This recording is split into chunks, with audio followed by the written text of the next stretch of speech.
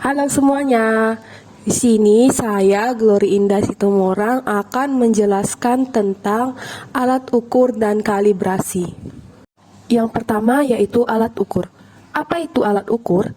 Alat ukur atau measuring tool adalah sebuah alat yang tujuan penggunaannya untuk membantu dalam mengetahui nilai suatu besaran, baik itu besaran nilai ataupun kondisi dari suatu komponen yang diukur. Macam-macam alat ukur ada 6, yaitu 1. Alat ukur panjang, 2. Alat ukur massa, 3. Alat ukur waktu, 4. Alat ukur listrik, 5. Alat ukur suhu, 6.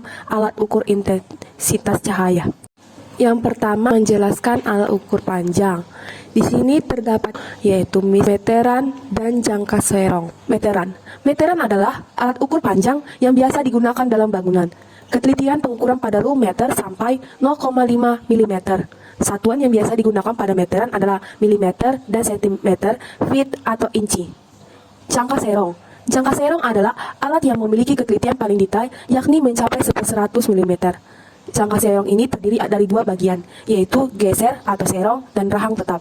Skala panjang yang ada pada rahang tetap merupakan skala utama, sedangkan skala pendek pada rahang geser merupakan skala nonius atau vernier.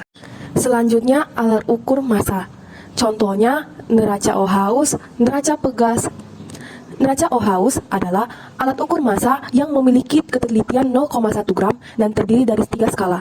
Skala pertama memakai ratusan gram, skala kedua memakai puluhan gram, dan skala ketiga memakai satuan gram. Prinsip kerja dari neraca ini membandingkan massa benda yang akan diukur dengan anak timbangan yang berada pada neraca Ohaus. Neraca pegas adalah alat ukur massa yang sering digunakan pada laboratorium fisika karena sangat mudah dan efektif dalam mengukur massa benda yang ringan. Neraca pegas memiliki dua skala. Skala itu skala Newton atau N yang berfungsi untuk mengukur berat benda dan skala G atau gram yang berfungsi untuk mengukur massa benda. Selanjutnya, alat ukur waktu. Contohnya stopwatch, jam pasir. Stopwatch adalah alat ukur waktu yang dipakai untuk mengukur lamanya waktu yang dibutuhkan pada sebuah kegiatan. Terbagi menjadi dua macam, yakni stopwatch analog dan stopwatch digital.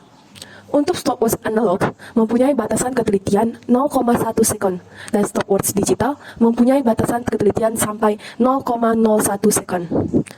Jam pasir. Jam pasir bentuknya tersendiri terdiri dari dua tabung gelas yang terhubung dengan sebuah lubang kecil. Salah satu tabung tersebut diisi dengan pasir yang bisa dialirkan ke tabung lain melalui lubang kecil tersebut. Umumnya, untuk memindahkan seluruh pasir dari tabung atas ke tabung bawah dibutuhkan waktu sekitar 1 jam. Selanjutnya, alat ukur listrik. Contohnya, amperemeter, voltmeter. Amperemeter adalah alat ukur listrik yang digunakan untuk mengukur kuat arus listrik baik untuk arus AC ataupun DC yang ada pada rangkaian tertutup. Untuk mengukur arus pada pengantar listrik, harus merangkainya secara seri, kemudian memotong pengantar agar arus dapat mengalir melalui alat ukur tersebut. Voltmeter. Voltmeter adalah alat yang dipakai untuk mengukur besaran tegangan listrik di sebuah rangkaian tertutup. Voltmeter dipasang secara paralel dengan letak komponen yang diukur pada rangkaian. Voltmeter terdiri dari 3 buah lempengan tembaga yang terpasang di sebuah bakelite yang dirangkai pada sebuah tabung plastik atau kaca. Lempengan luar berfungsi untuk anode, sedangkan lempengan tengah berfungsi sebagai katode. Selanjutnya, alat ukur suhu. Contohnya, termometer. Termometer adalah alat pengukur suhu yang memanfaatkan sifat termometrik suatu zat, yakni perubahan sifat-sifat zat yang dikarenakan perubahan suhu zat tersebut. Termometer bisa diisi dengan berbagai benda, baik benda zat cair ataupun padat. Jenis-jenis termometer. 1. Termometer diisi dengan benda cair. Contohnya, termometer laboratorium, termometer ruang, termometer klinis, dan termometer Six Bellani. 2. Termometer yang diisi dengan benda zat padat. Contohnya, termometer bimetal, termokopel, dan termometer hambatan. 3. Termometer optis. Contohnya, pirometer dan termometer infrared. Yang terakhir, alat ukur intensitas cahaya. Yang contohnya, luxmeter, gonifotometer. Luxmeter terdiri dari sebuah sensor cahaya dari bahan fotosel dan juga layar. Luxmeter berfungsi untuk mengukur tingkat pencahayaan pada suatu candela di sebuah tempat. Prinsip kerjanya dengan mengubah energi dari foton cahaya menjadi elektron. Cahaya yang mengenai sel foto akan ditangkap sebagai energi yang diubah dalam bentuk arus listrik. Semakin besar intensitas cahaya yang ditangkap, maka akan semakin besar pula arus listrik yang dihasilkan. Begitu juga sebaliknya, semakin kecil intensitas cahaya yang ditangkap, maka akan semakin kecil pula arus listrik yang dihasilkan. Goniphotometer. Goniphotometer adalah alat yang dipakai untuk mengukur distribusi spesial sumber radiasi sampai bisa menampilkan sifat fotometrik cahaya terlihat dari sudut tertentu.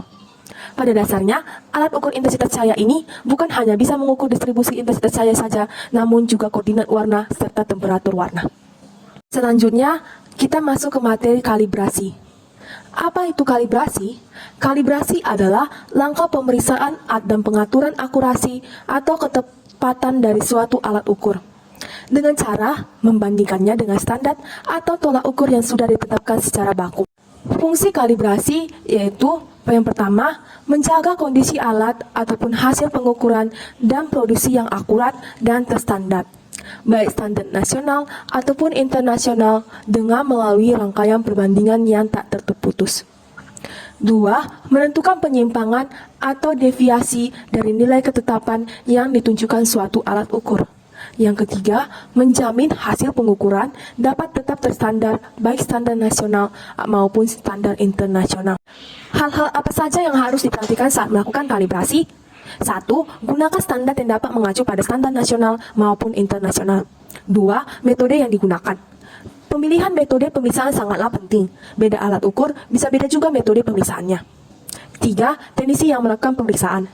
Dalam pelaksanaan kalibrasi, orang yang melakukannya tidak boleh sembarangan. Pastikan orang tersebut memiliki sertifikasi dalam bidang kalibrasi. 4. Kondisi ruang tempat dilakukannya pengkalibrasian. Suhu ruangan, tekanan, udara, kelembapan, dan faktor lainnya harus diperhatikan.